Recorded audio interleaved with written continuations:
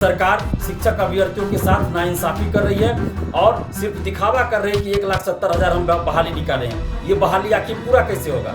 इसमें तो बहुत सारा सीट खाली रह जाएगा। हो सकता है 70% से ज़्यादा सीट खाली रह जाए। पात्रता परीक्षा के मार्क से, बीएड के मार्क से, एकेडमिक मार्क से तो कोई मतलब रह नहीं गया। तो इसलिए बिहार सरकार से हम ये मांग कर रहे हैं, नीतीश तेजस्वी सरकार से हम ये मांग कर रहे हैं, शिक्षा विभाग से ये मांग कर रहे हैं कि आप सीटेट जुलाई 2023 अपियरिंग वाले को भी मौका दीजिए। जिस तरह से डीएलएड बीएड वाले को दिया गया है, उसी तरह सीटेट जुलाई 2023 वाले को भी अपियरिंग में फॉर्म भरने का मौका दीजिए, ताकि 1 to 5 के लिए वो पेपर 1 की परीक्षा दे सके और पेपर 1 की परीक्षा देकर वो इस बहाली में शामिल हो सके। जो 1,70,000 बहाली शिक्षकों की निकाली गई है, इस बहाली में वो शामिल हो सके। 6 to 8 के लिए भी आप वैकेंसी निकालिए, क्योंकि ऐसे हजारों लाखों अभ्यर्थी है जो 6 to 8 में शिक्षक बनने के लिए ही तैयारी कर रहे थे और उनके पास 6 to 8 के शिक्षक बनने की ही पात्रता है। शिक्षा विभाग, बिहार सरकार ने जो शिक्षक नियुक्ति, अध्यापक नियुक्ति के लिए नई नियमावली जारी किया, उसमें कई खामियां हैं और इन खामियों की वजह से शिक्षक अभ्यर्थी काफ़ी परेशानी में है। हालांकि इस शिक्षा नियमावली में बहुत सारी विशेषता हैं, बहुत सारी ऐसी बातें हैं जो गुणवत्तापूर्ण शिक्षा के लिए आवश्यक है, जिसका कि हम लोग स्वागत करते हैं। लेकिन कुछ चीज़ें ऐसी हैं जो शिक्षक अभ्यर्थियों के हित में नहीं है और कुछ चीज़ें ऐसी हैं जिसको किया जाना चाहिए ताकि शिक्षक अभ्यर्थियों को न्याय मिले। और अभी सीटेट अभ्यर्थी जो 2023 जुलाई में शामिल होंगे सीटेट की परीक्षा में, वैसे अभ्यर्थी अपियरिंग में फॉर्म भरने देने की मांग कर रहे हैं। बीएड वाले, डीएलएड वाले को तो मौका दिया गया जब हम लोगों ने आवाज़ उठाई तो इसके लिए हम शिक्षा विभाग, बिहार सरकार को धन्यवाद देते हैं कि बीएड और डीएलएड जो अपियरिंग में है उनको अपने फॉर्म भरने का मौका दिया, इसके लिए हम धन्यवाद देते हैं। लेकिन साथ ही सीटेट जुलाई वाले भी ये मांग कर रहे थे और इनकी मांगों को भी हमने उठाया था कि जो भी अपियरिंग में हो उन सभी को फॉर्म भरने का मौका मिले, क्योंकि ये बहाली बीपीएससी के द्वारा की जा रही है। बीपीएससी द्वारा परीक्षा आयोजित की जाएगी और उस परीक्षा में जो मार्क्स लाएंगे अभ्यर्थी, उसी मार्क्स के आधार पर मेरिट बनना है। तो फिर पात्रता परीक्षा के मार्क्स से, बीएड के मार्क्स से, एकेडमिक मार्क्स से तो कोई मतलब रह नहीं गया।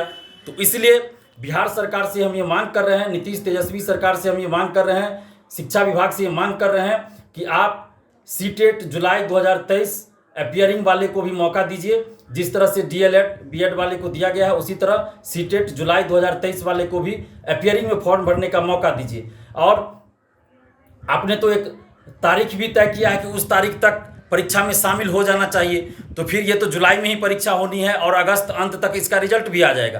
तो क्यों नहीं ऐसे अभ्यर्थियों को मौका मिलना चाहिए, क्योंकि आप हर साल तो शिक्षकों की बहाली निकालते नहीं हैं और आपने 6 to 8 की वैकेंसी नहीं निकाली है।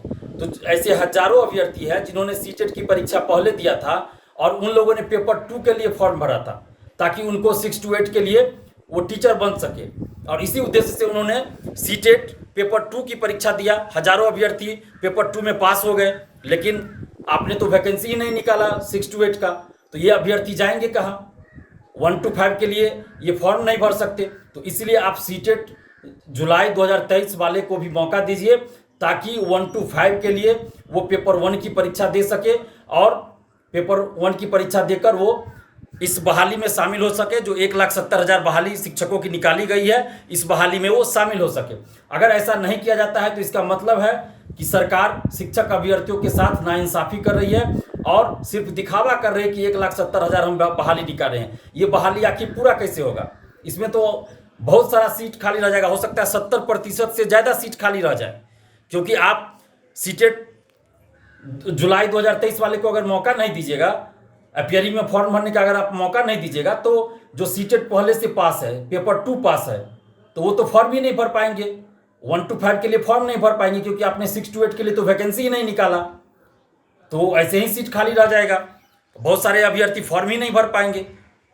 जो पेपर 2 पास है सीटेट, उनके लिए आपने वैकेंसी नहीं निकाला, और ऐसे हजारों अभ्यर्थी हैं जिन्होंने सिर्फ पेपर 2 की परीक्षा दी थी ताकि वो 6 to 8 के लिए टीचर बन सके, और आपने 6 to 8 के लिए वैकेंसी नहीं निकाली। तो इसलिए हम मांग कर रहे हैं बिहार सरकार से, नीतीश तेजस्वी सरकार से, कि आप सीटेट जुलाई 2023 अपियरिंग वाले को भी मौका दीजिए और 6 to 8 के लिए भी आप वैकेंसी निकालिए, क्योंकि ऐसे हजारों लाखों अभ्यर्थी है जो 6 to 8 में शिक्षक बनने के लिए ही तैयारी कर रहे थे और उनके पास 6 to 8 के शिक्षक बनने की ही पात्रता है, तो आप 6 to 8 की वैकेंसी निकालिए, क्योंकि 40,000 से ज़्यादा सीटें खाली है 6 to 8 में। आप प्रमोशन से कह रहे हैं भरेंगे, प्रमोशन से कैसे आप भरेंगे, कब भरेंगे, ये भी तो आप स्पष्ट करते।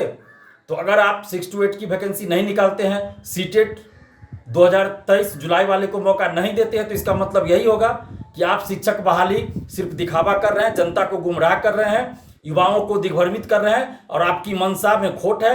आप शिक्षक बहाली के नाम पे सिर्फ दिखावा कर रहे हैं। आपकी मंशा ये नहीं है कि आप 1,70,000 की बहाली कर सके, आपकी मंशा है सिर्फ दिखावा कर सके। अगर आपकी मंशा सही है, अगर आप सचमुच 1,70,000 शिक्षकों की बहाली करना चाहते हैं, तो आप सीटेट जुलाई 2023 वाले को भी मौका दीजिए और 6 to 8 के लिए भी वैकेंसी निकालिए। और DLED BEd अपियरिंग वाले को आपने मौका दिया, हम लोगों ने आवाज़ उठाई, इसके लिए आपने मौका दिया, इसके लिए हम लोग धन्यवाद देते हैं। आपने हमारी बातों को माना, इसके लिए हम धन्यवाद देते हैं आपको। लेकिन हम आपसे मांग कर रहे हैं कि लाखों शिक्षक अभ्यर्थियों को न्याय दीजिए, और उनके हित को देखते हुए आप सीटेट जुलाई 2023 वाले को भी मौका दीजिए, अपियरिंग में फॉर्म भरने का मौका दीजिए, और 6 to 8 के भी वैकेंसी निकालिए।